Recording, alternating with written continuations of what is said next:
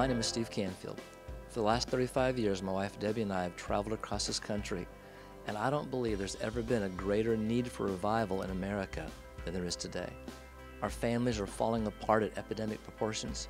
Our nation that was once complacent towards God has now moved another step, and we've basically said, God, we don't want you. We don't want you in our government. We don't want you in our schools. We don't want you in our homes. And sometimes God's even absent in our churches. There's such a dearth of the presence and the power and the glory of God in our churches that people can live in sin and be comfortable. I had a deacon say to us some time ago, God has convicted me that I've become comfortable with a certain level of sin in my life.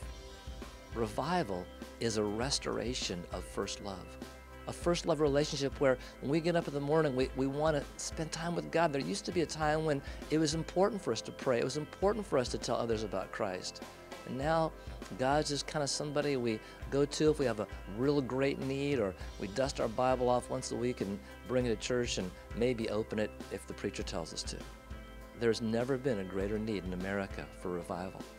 We were just in a church where just yesterday a man stood to give a testimony and shared how that for 10 years of his marriage, he had not been the spiritual leader in his home. His wife had led their home spiritually. But this week, for the first time in their marriage, he prayed with his wife. He said, I got myself a Bible. I went and bought a Bible. I am now leading my family. We're praying from the Bible, and I'm teaching my children about the Bible. He has a group of men who have come around him, and about 10 or 12 men who are now meeting together. They prayed almost every morning for the last 2 weeks for an hour, asking God to do something in their life first, and then to impact their families. Revival is the one solution for our nation. I hope you'll join us.